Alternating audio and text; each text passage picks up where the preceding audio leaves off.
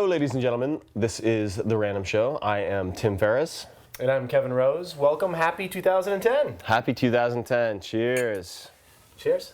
You have to drink after you cheers. I'm going. I was doing the Scandinavian afterglance. Very important. It's been a while since we've done this. It's been a long time. I can't remember. China was the last time we shot an episode. China. I have to say right off the bat, not my hat, your hat. My hat. I was wearing a baseball hat. Glenn said no go, couldn't see my face, so we switched to Tim's hat. Let me know how you think it looks in the comments. Thank you. And that was a good start. So just so you know, this is Big House Red, which is from California. You can go to Trader Joe's, get it for probably less than $12. Really good value for the dollar. Delicious. It is tasty. Delicious. We have been enjoying. So we are thinking of doing a few things in the show. Number one is talking about New Year's resolutions, 2010. Yep, and also we were going to talk about some holiday gifts that we received this year, or that we gave, and what were our favorite ones, and just cool stuff that we saw out there. Exactly. So why don't you kick us off with 2010? I have a quick announcement. Okay, yes. Glenn has an announcement. It's I'm experimenting. Yes, we both forgot to mention. Kevin. Yes, my go.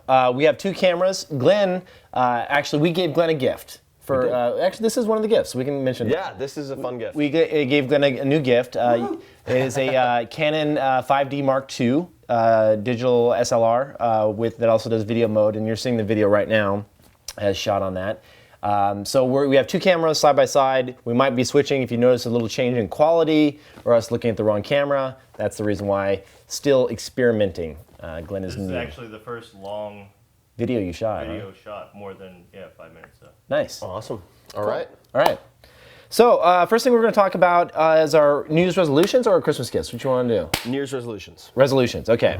So I came up with a list of 10 or so for my blog, and every year I do this. This is the second year. Well, every year being my second year that I've done this. I've had Very resolutions consistent. No, I've had it in the past, but I've never posted them like publicly. You know what I mean? I find that posting them actually on your site and telling your friends and getting other people to know about them helps you keep them a little bit more. Sure, I agree. But last year I had a big long list of like 25 things. One of them was like going on a date with Jennifer Aniston. Needless to say, that never happened. Jennifer, if you're watching, please call me. But I have a bunch of stuff I want to tackle this year that I think is all doable. I wanted to make sure that every single one on my list this year, like last year I probably got maybe 5 or 7 of like 20, 25. I want to kind of hit every single one. So I'll go through my list. Well, why don't we trade off? I'll do one, you do one. All right. First one, this I actually didn't put on my website, but I'm going to. Chocolate tasting. I've heard a lot of things about the benefits of dark chocolate.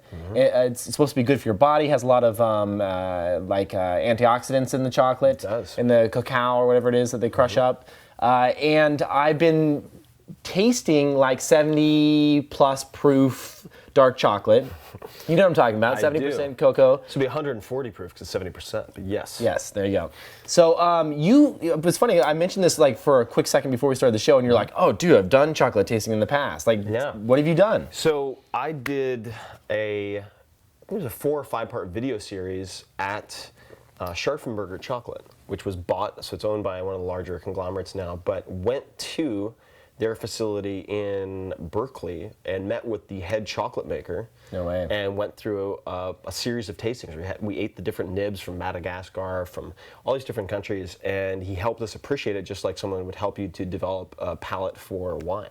It was incredible, and it's amazing how much your perception can improve in a really short period of time. So tell me, like, you have the cocoa bean, right?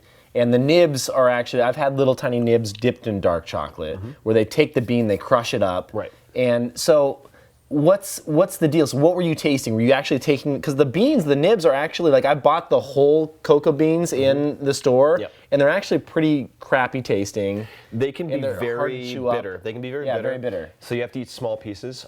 We tried the nibs first and then the chocolate afterwards, because you have the nibs, which determine, it's almost like the varietal that you choose in wine, and then you have other things you can add to that, like sugar content or milk content, depending. There was a period where I was very fascinated by making truffles, of all things. I love truffles. So I went out and I went to a flooring manufacturing company and bought a 3x3 foot marble slab on which you can spread out the chocolate, and ended up using 70%, which was generally my favorite dark chocolate percentage.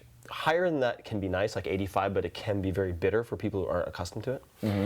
But chocolate, highly underrated. Also, the stimulant in chocolate, theobromine, as in food of the gods, very underrated as well. And you get a dose of that in yerba mate, which is part of the reason why I like it so much. So you said it was in Food of the Gods, or is a Food of the Gods? Well, is that a book or something? Theobroma. So theo, like theology, the actual etymology of the word is food of the gods. Ah, gotcha. Pretty That's interesting. awesome. Yeah, and I also hear it has a lot of antioxidants too. Yeah. Know much about that at all? There are a lot of antioxidants. That is generally a terrible excuse that some people use, not you, to eat a lot of chocolate that has a ton of sugar and other things in it. Well, but yes, the raw material, the cocoa beans themselves, can have a lot of antioxidant, the polyphenols. Every kind of like, little study or if you go to like, Dr. Weil's website or any of these doctors that you read online that cover kind of chocolate, they always say, stay away from the milk chocolate. It's all about the dark chocolate. The higher percentage, you'll see actually on the outside of these dark chocolate bars, it'll say 70%, 80%, 90%, whatever. You don't really see 90%. It's harder to find. Yeah.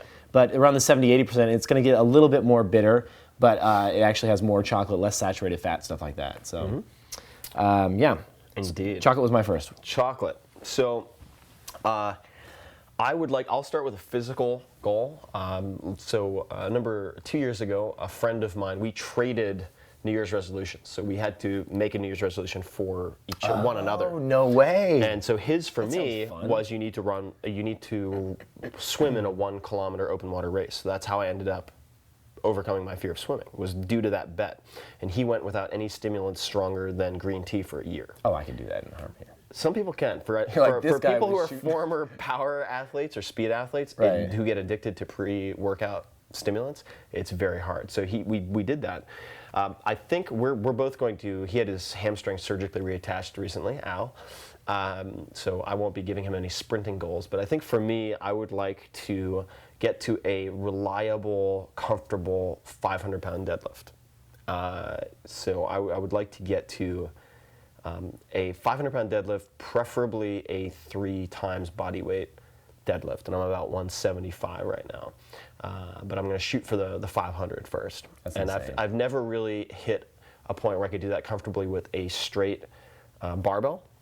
Got to the point where I could do, this was in 97, probably 475 for 3 reps on a trap bar. So if you want to see a very interesting alternative to the barbell, which is safer for your lower back, it's called a Girard trap bar. So that would be one of my physical goals. So people that don't know a deadlift, that's the one you typically see on the Olympics where the bar is sitting on the ground. It's like the up to the chest and then all the way up and then drop the bar. No, this is a good point. So that's the clean and jerk. Okay. They all have very suspicious Sexual. sounding names. There's another one called the snatch. So this is the clean, and then this would be the jerk. Gotcha. The deadlift is really the bar with the weights loaded on it is on the floor, and you sit down, grab the bar, and then pick it up to standing height. That's it. Oh, that's it. It's a powerlifting move. Oh, I could do that shit. All right, so Kevin is also dedicating himself to 500-pound deadlift. I'm out. All right, so what's next? All right, so the next thing, this one is a little bit health related as well.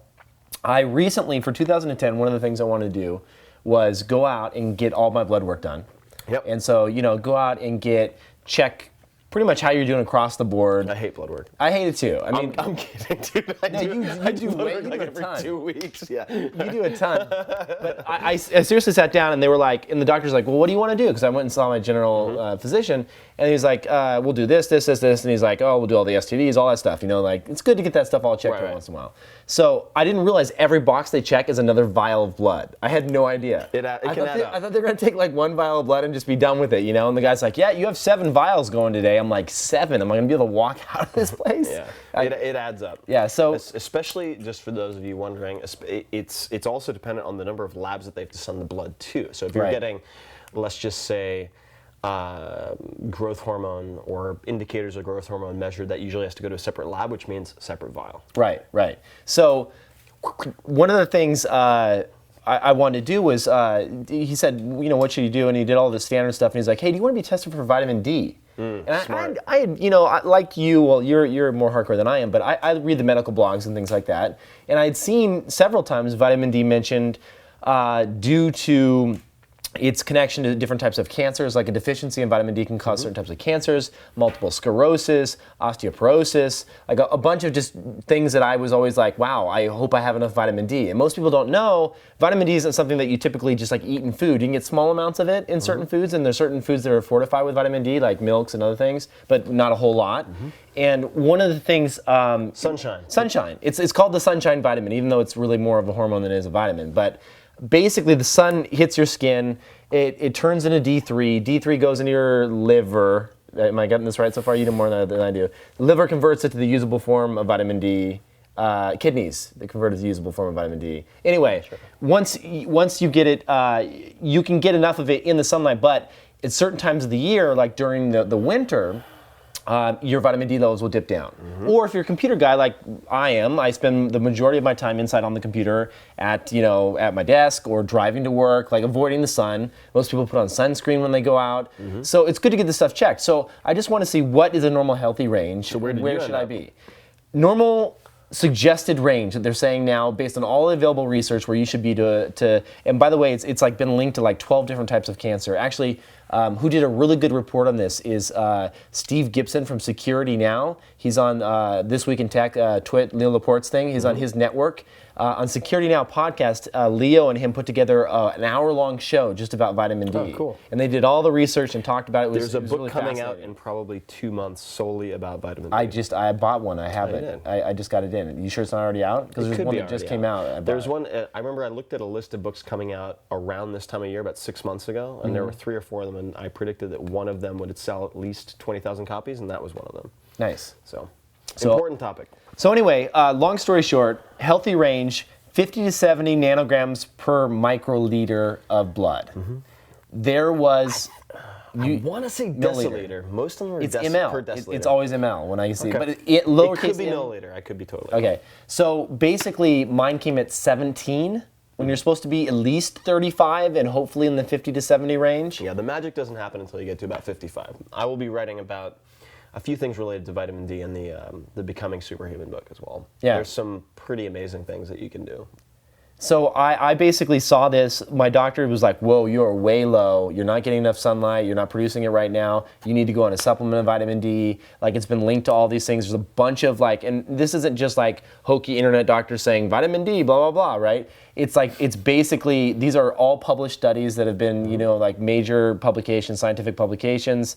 I thought it was really important. I started reading some of the stuff, and it's kind of scary, the amount of people that are vitamin D deficient out there and the stuff that it's linked to. So my goal, and it takes a while because you can't just it's cheap as hell, by the way. Vitamin D, one of the reasons we don't hear about it is because all the pharmaceutical companies don't care because you get it in sunlight or you supplement it, and the supplement is about $6 to $10 a year to take enough vitamin D to last an entire year. I mean, it's crazy. Not that you take it all at once, but I'm just saying over the course of the year. It's... So a few things to note if you're taking supplemental vitamin D. Number one, like you mentioned, or you may not have mentioned, if you're deficient like Kevin is at 17, 18, 17, which is low. 5, and I'm not a doctor. I don't play one on the internet either. But 5,000 per day general prescription. That's international units, all the way up to 10,000. I've done 10,000 for brief periods of time, and then segued into 5,000. You have to ensure that you're taking enough vitamin A at the same time. Or you can run into vitamin D toxicity issues. It can also affect skin. That's about it. But make sure that before you supplement with vitamin D that you get tested. Right, Extremely get a important. baseline so you know where you're at. Get a baseline. It's a very cheap test. Even more important to all this is you can order tests over the internet where you prick your finger and send it in and all that stuff. VitaminDcouncil.org is a bunch of scientists that got together to talk about all this stuff. But the most important thing is you actually go see your own doctor, your real doctor, and talk to them about this because we are not doctors. No. But interesting stuff. All right. So you want to get to a acceptable, healthy vitamin D level. Absolutely. Like a sprinter in the Dominican Republic. That's right. All right. So this is I have a lot of journals. I do like paper. These are notes actually from an experience I had recently at the Aspen Institute. And a friend of mine named Chris Saka, mutual friend, was part of the Henry Crown Fellowship there. I ended up somewhat unexpectedly being accepted to that. And it is a course effectively with a small group, about 20 people, on leadership skills, among other things. And I thought that was going to be a bunch of bullshit, to be honest. It was incredible. Really, really amazing experience. But at the end, you have to write a personal statement for what you will do over the next year. So pretty timely. And I wrote a post at the end of 2008 called, I think it was Things I've Loved and Learned in 2008. And I was going to do one for this year, but I realized that rather than make a lot of new resolutions, I really just wanted to reaffirm and adhere to my last year's resolutions more than anything else. They're pretty much the same. And so a few of them, I'll just give two because they're short. One would be candor, getting much better at candid conversation. In other words, saying no more often and faster instead of postponing, like, oh, maybe, like, contact me in 2 months. I'm horrible at that. Because then it adds up and you're like, I know. Fuck, and you just have this huge backlog of stuff that you know you want to or have to say no to. Right. Getting better at just really being very direct, very honest, and accepting that some people are going to take that personally no matter what you do. Right. The other one that I'll mention, and then we'll go back to you, is tone, improving, this is what I wrote, improve light delivery of important messages. What does that even mean? What does that mean? So specifically, the reason I wrote this down was at the Henry Crown Fellowship, we had to define something like the 5 characteristics of an effective leader and the 5 characteristics of an enlightened leader, which is not the same thing. You can be very effective, but be completely unethical.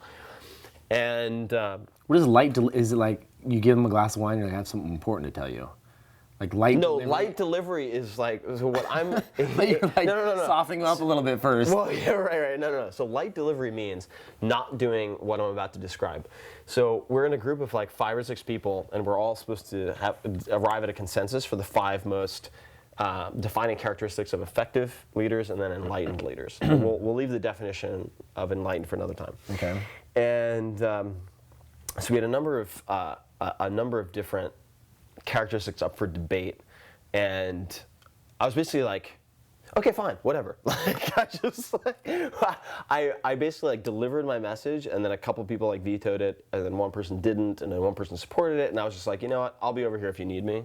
I'll let you guys figure it out. Right. And so I think getting better at delivering important messages with a degree of levity, as opposed to being like, this is what I want, or this is what I'm trying to say. If you don't disagree, that's fine. But rather than really making it a serious, tension-filled conversation, which it doesn't have to be, just getting better at being like, well, oh, yeah, so this is what I'm thinking. Right. If not, that's fine. But just adding in an extra 20 words, right, so that it's not soften a fucking sledgehammer on the kneecaps. Totally. I need to get better at that. All right. Good luck with that. I'm going to drink your wine. You're doing a terrible job. No, I'm getting there. So I'm going to skip a couple of mine. I'm going to go real quickly on a couple of mine because we could be here all night. I want to start a new technology podcast, tech related, something like tech, maybe startup centric, something like that, web centric, something. Drink more water, no brainer. One of the things I really want to get into, and this, some people say this is stupid, but bonsai care and trimming. Sure. Bonsai trees. Dude, I went to the Makers Expo this year. Have you been to Make? I'm dying to go. You should explain to people what this is, because it's very cool. Okay, so there's a magazine out there called Make Magazine, and each month it comes out. It's published by O'Reilly, and it is all about home do-it-yourself, how-to, everything from crazy spy cams to RC cars to flying things to anything. Make your own Roomba, vacuum cleaner, whatever. They cover pretty much everything under the sun. Mm-hmm. They have this festival where everyone comes out and shows what they've made, and they actually sell kits. Mm-hmm. That's in San Mateo, right? Yeah, it's in San Mateo, in California. It's probably square footage. It's like you're going to a carnival. There's outdoor rides, there's everything. It's crazy, but it's all around making and doing do-it-yourself stuff. Mm-hmm. And so when I went there was a whole area of bonsai trees. and I walked into the bonsai trees, and it was like this group of people here in the Bay Area that essentially care for, create, prune, grow these bonsai trees. And some of these little trees are, like 50 plus years old. And they have, you can take, I didn't know this, you can take almost any tree, and as long as you prune the roots, keep it dwarfed in bonsai mode. And so they had like a little orange tree. I think it was like orange or tangerine. Really? Yeah. It was badass. It had the little stalk going up, and then the tree looked like a full-on little orange tree, and it had little tiny oranges. What were you going to say? I was going to say fucking oranges. It had little tiny oranges, and you could like take them and like, I assume you would just pick them and like peel them back and be like, That was endearing. make You just juice. self-censored yourself. Yeah, totally. have like a little Barbie juicer, like borrow like my little niece's Barbie juicer. Right. Go to town. But I think it's pretty badass. I mean, it slows you down. Well, see, that's what I was going to say. I think it's very important. This is something that I'm going to be focusing on as well, is paying as much attention to appreciation as you do to achievement, because achievement without the reflection on what you have and the gratitude for that is worthless. Right, absolutely. It's just a hamster wheel. So that's cool. That's Yeah. very cool. I think it should be fun. It should be something. I told Glenn about it, and he was like, "I'm in if you find where to Dude, go." I already have a bonsai. Oh, he created a bonsai tree. Yeah, actually. Without trying. I have a little redwood. Like Trying. 8 You years just old. didn't take care of it, so the roots died and I ended up a bonsai tree. Brainwaves. Oh, brainwaves. No, he really did That's make a intense. bonsai out of redwood. Yeah, Glenn has supernatural He does. horticultural powers.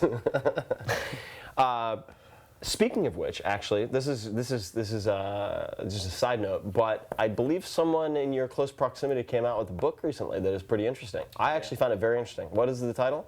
A therapeutic chef. The Therapeutic Chef. Now, as many of you know, I am not a vegan, vegetarian, or otherwise vegetarian inclined, but this is a very cool book. I thought it was quite cool. So anyway, side note, check that out. Yeah, I got it as well. It was good. All right, so a couple of other things. I'll wrap a few things up here.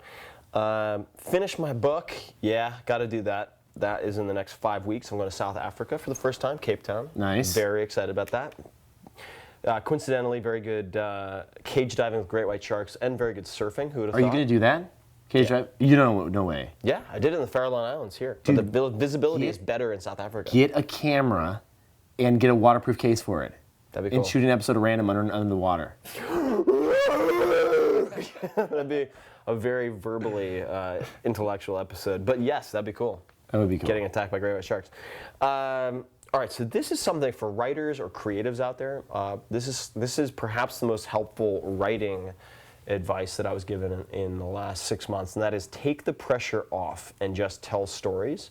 In other words, IBM for a very long period of time had the most dominant sales force in the tech industry. But they had the lowest quotas, meaning for their salespeople, that's my Japanese kicking in. Salespeople, when I have enough wine, I swear to God, I mix up my R's and L's. It's weird. It's a remnant of my 92, 93 experience in Japan. Anyway, the reason that worked is that the IBM salespeople were not intimidated with picking up the phone. They didn't feel like their objective was so daunting that they couldn't take that first step. It was so obvious that they would be able to surpass their quota if they picked up their phones and made the calls. So with writing, similarly, that's my phone. A lot of people will decide, I'm going to sit down and I'm going to look at this computer screen for 8 hours straight. Right. Or I'm going to sit down and I'm going to kick out 1,500 good words every day. Right. For most people, that does not work, and it ends up becoming a major source of stress. They never ever get started. And so what my friend Michael suggested was aiming for 2 shitty pages a day, which for me works out to like 700 words. And 2 pages, crappy pages, that's all you need. And making that minimum extremely low has been very, very valuable to me. And At least it keeps you going, though, right? yeah, exactly. So I very often end up writing more, but at a minimum, it's just 2 crappy pages. That's it. It can be complete garbage. It can be quotes. It can be excerpts, whatever.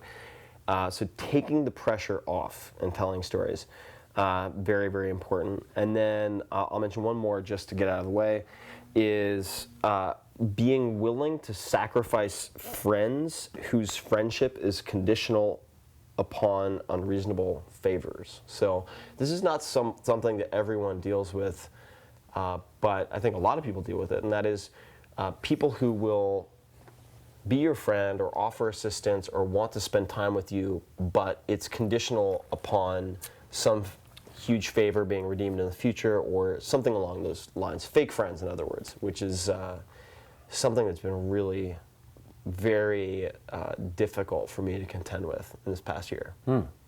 Yeah. All good advice. Yes, sir. So I got a couple more, but I'm going to skip them. You can read them on my blog at kevinrose.com if you want, because we've been going on and on about this stuff. Glenn, do you have one you want to throw in here? Yeah. Oh, you're catching me off guard. No, nothing. No New Year's resolutions. You know, I actually didn't do anything like that. There was that circumcision thing you wanted to do a few years back, but I'll get my balls clipped off so I could not impregnate anybody. just kidding. That's horrible. Why would I? I don't know. That's the only thing I had. That's the only thing I had. I'm sorry. So Christmas, briefly. Yeah, let's just name them off. What was your, let's say, top 2, top 3 things for Christmas? All right, so a few different things. So present from Santa. These are, if you'll notice, they're a little strange looking. They are not corduroys, but they're quarter rounds. They don't go vertically this way. They actually go around this way. And I was introduced to these by Philip, I guess of Second Life. And a very cool guy we both spent some time with. Really comfortable pants. You have to order them online. You can't buy them anywhere else. I think it's just quarterrounds.com. You realize they're just the same fabric turned sideways, right? I know, but I like it that way. Okay. I'm just checking. I'm all about sideways. Nice. And then these bad boys are introduced to me by, well, actually my readers first and then Jesse at Samovar. These are Terra Plana. Terra, second word Plana. These are effectively Vibrams. There's really no sole to speak of, but they don't look like gecko feet. They look like normal shoes, pretty They're ultra lightweight. attractive shoes, Yeah. ultra lightweight, a little on the expensive side, but very cool. I'll name 2. I'll hacky sack it over to you. Okay. Fitbit, I got you one for Christmas. That's right. Trying out Fitbit. We'll see how she goes. I like it a lot. I think it's fun. I think it could be a lot more fun when they update the website a little bit and make it a little bit more social. I lost mine. The clip isn't so good on the belt, but we'll talk about that later. I lost it last night. I'm pissed. The Sonos S5. I think by far my favorite device in the last couple of years, until the tablet comes out next month, or this month. Everybody's so balls on for the tablet. I'm sorry. Just wait. I'll invest in Amazon the day it comes out and when their stock drops. You mean, when Amazon stock goes down? Yeah. Yeah, I think that's a good idea. So Sonos S5 for streaming all your music throughout your house. Small, portable, awesome. You're a Sonos guy, I'm a Sonos guy. It's cool. That's my top 2. All right, a couple other real quick things. So I get a lot of questions, so I'll answer it here on what kind of backpack I use. So I actually have been using this backpack, which I wouldn't use if I didn't like it. This is a Datsu Sada MMA bag. It's for MMA training. It's made out of hemp, antimicrobial, really just a great bag, actually made by one of my readers. So Datsu Sada. Sada is like salaryman in Japan, which is like the suit zombies that go to work and come home from work. Go early, leave late. Datsu is to remove yourself. It's like you said that. I was picturing like celery stalks, like a guy like made out of celery stalks. That's where the word comes from, is celery stalks. But so this is the bag I use, and it is much more comfortable than the JanSport that I have used for the last 3 years or so. It looks pretty badass. Yeah, this is what I'm using, and it's great for training and for just general business stuff. I do have, so I want to give people an idea of something I have on my desk at all times, just real quickly related to New Year's resolutions. So this I just have this up here. If you want to zoom in on that, I don't. There might be some like bad stuff that I shouldn't have on here, but it says train, write, drink. Unfortunately, drink doesn't mean water; it means just wine. So training, physical training, writing, and then having wine with people I'm close to. So a couple of questions that I ask myself on a regular basis. The first is, what is the one constraint, if removed, that would make me 5, 10, or 20 times as productive? Like, what's the one constraint? And that ditto for the private life. Other things would be, what if I had to do this in 15 minutes? How would I define or how would I delegate? If I had to do this in 15 minutes, what would I do? The other one is, what is the downside if I lose this person for 3 months, 6 months, or forever? Did I need them before I considered them necessary? A few of the things. But I do have some Christmas presents to give out. Nice. In fact. So the first one will be for you. You already got me the little lifting the chin up bar for my house. I did. I got him the Perfect Pull-Up, which is a cool little device, perfectpullup.com. So this is a breathalyzer. A breathalyzer. Nice. This is the. I said I was drinking less. This is the ultimate. Yeah, Kevin. You can see Kevin's drinking less. This is the ultimate party favor. If you bring this thing to any party, you are immediately the focus of attention. It is amazing. So, in any case. How do you know it's breathalyzer? Dude, you're going crazy. You have to actually watch what it's telling you. You're at 000, which is good. You're not drunk. good? So I had a glass though. So, Glenn Bob. Yeah. This is for Glenn. Thank you, by the way. Ooh. This is a guide to Argentina, one of my favorite places. My younger brother, recently took a trip there. So I love you to enjoy Argentina. So at some point, I did put a little inscription in there. I have not been. So I think we should go I'm in. rage. Yeah, absolutely. That'd be fun. All right, Kev Bob. Mm-hmm. This is... Bob Kevin. I'm serious. When we went to China, we made up these nicknames for each other. Because my full name is Robert Kevin Rose, and so Glenn was calling me Bob Kevin, and Glenn's name is Glenn Robert, right? Yeah. And so we call him Glenn Bob, and then he's just Tim. Tim. Jesus Christ.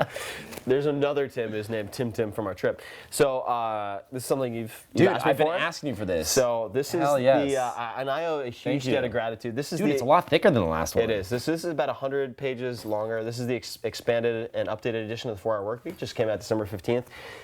Thank you so much to everyone who has supported me and supported this. And the book is now number 4 on the New York Times. It's also number 4 for the month on the New York Times business list. It's only out for 2 weeks. It's also top 3 USA Today and Wall Street Journal. So awesome. It has fortunately really kicked in. It's all case studies, all the extra stuff. And then I have one more for you, Glenn Bob, and Kevin's going to recognize this, and you may as well. This is Daniel Tosh. Oh, yes. All right, guys. This is very offensive, but it is very, very, very funny. This is one of my favorite comedy CDs. We listened to this on the way up to Tahoe. Yeah. So this is Daniel Tosh, True Stories I Made Up. Hysterical stand-up. It's so good. If you gotta like a little bit of like dirty stuff. Yeah, so that's but for you, it's buddy. funny as hell. Picture of him. It does include a picture of Daniel Tosh. Dude, that is a great CD. So that is, I think. Oh, wait a second. Well, you can talk about your naked girl picture. Oh, well, we can talk about the naked girl picture. This is the first piece of artwork that I ever bought. And this was back when I really did not have much disposable income at all. I just started my own company. I had left the startup I was working for. Cobra was running out. And I was in Palo Alto, went to an art gallery. So this is... And she's your fiance now. Yeah, I wish. So this is a photograph by Ruth Bernhard. I saw this in a photo gallery in Palo Alto and obsessed on it. It's a beautiful photograph. Obsessed on it for about 15 minutes in the art gallery, pacing back and forth, thinking about whether or not I should buy it. And it was somewhere between like $100 and $200, which to me at the time was a lot. I'd never really bought any artwork before. And walked all the way down University Avenue for like, I don't know, 25 minutes, 30, and then turned around and walked straight back and bought it. So this is interesting. I want to spend like just 1 minute on this. I know we're going long, but I too can look at that and be like, wow, beautiful woman, beautiful piece of artwork. I can appreciate that, right? No, where's this? This is going somewhere interesting. I'm just curious, like, do you ever have ladies over that are just like, oh, naked photo, like, blah, blah, blah? No, like, this is my disqualifier. If they look at this and they cannot, it sounds bad. Doesn't mean I'm looking for like Sharon Stone bisexual women. It means if for whatever reason like nudity or the human form bothers someone, male or female, that's a disqualifier. It's just it means that on multiple other levels we will probably not connect. Yeah. I've never had that happen though. You've never had anybody come in and just be like, oh, I don't like that naked woman on the No, yeah, there's another one over there. Or the blow-up sheep over there. Yo, nice. Yeah, right. My blow-up sheep, courtesy of my friend in New Zealand. No, I haven't had that yet. I haven't had it yet. Yeah. Usually by the time, I mean, I'm pretty selective with who I invite into my home. I mean, I really view this as my sanctuary. So by the time they've sort of made it past whatever gauntlet I've run them through to make sure that I can trust them with coming to my house, things are usually pretty Dude, cool. you need to do a Cribs episode here, like a little Glenn Cribs, like taking around the camera on your house, because your house is awesome. You Thanks, got so many man. cool stuff. There is some fun stuff here, and actually, I will show you. I know we're going long. Fuck it, we can. We'll apologize, or I'll apologize. But I want to show one thing. So no need to move the camera. I'll be right back. Actually, so this is my 2 feet away. This is my favorite new addition to the household. This is his saddle. I shouldn't have said anything. No, you got it. So this is, and I will pick this up. This is very, very delicate. This is a roughly 300-year-old saddle from Japan that I recently bought. And I do not spend much money on artwork at all. But I decided when I was 15, when I was in Japan for the first time, that if I were ever going to collect artwork, it would be Saddles. saddles. Japanese artwork or Asian artwork, mostly items that had been used in some fashion. So if you can see here, I don't know if you can get in on that, Glenn, but the embossing. This is all woodwork. I love how I can make fun of you, but yet I have like the similar shit in the tea side of the house. Yeah, like you all have my fancy teapots. Dude, and show shit. the inside of your left arm here. Yeah, I think you and I on have. Creator So this is exactly what the saddle looks like when you use it. There's no padding put on top of this. And this is effectively the saddle that I used when I was doing horseback archery Yabusame in Nikko in Japan in the mountains. So I have a very emotional attachment to this. So that's one. I'll show you one more. This one's not going to hold. You know what? It's okay. It's not going to break. Now, without disclosing how much these are, I mean, are we talking like a couple $100 or something like this? So these I mean, you can say how much they are if you want to say how much they are, but they're worth more than my car. okay. They're expensive. And you drive a Maserati, so that's weird. I don't drive a Maserati. But this is another one. This is not as ornate, but I like the gold lacquering. Now, how do you know these are real though? Like I can make some of this shit in woodshop class. No, be careful, be careful. Oh shit. Okay. Yeah, don't touch that. That's worth more in your life to me. It's like, and I will probably kill you if you break that. I know these are legitimate because they come from a pretty high-end auctioning Houses, yeah. in New York. And I would suggest if you ever consider buying anything like this, get it from someone who stands to lose a lot if the origin is not verified. You're not eBaying this Don't shit. get it on eBay. In any case, these are really the only two expensive purchases that I've made in the last 15 months, and I'm so happy. I mean, they complete my house. So Awesome. anyway, a little session on Japanese saddles. This has surely been a random episode. Very, very random. Yes. Happy New Year to everyone out there. Wishing Happy you New a great 2010, and we will see you. You're going off to South Africa for a while, but we'll shoot something after that. We will. I may try to capture some shark footage. So Sweet. a very safe and exciting 2010. Remember to think big, but enjoy the little things. Take pleasure in the small moments, the long dinners, the bottles of wine. Very, very important. Yes, especially the cheap bottles that you get that are tasty. With my cheap, tasty That was bottles. good stuff. Take care, guys. All right. See ya.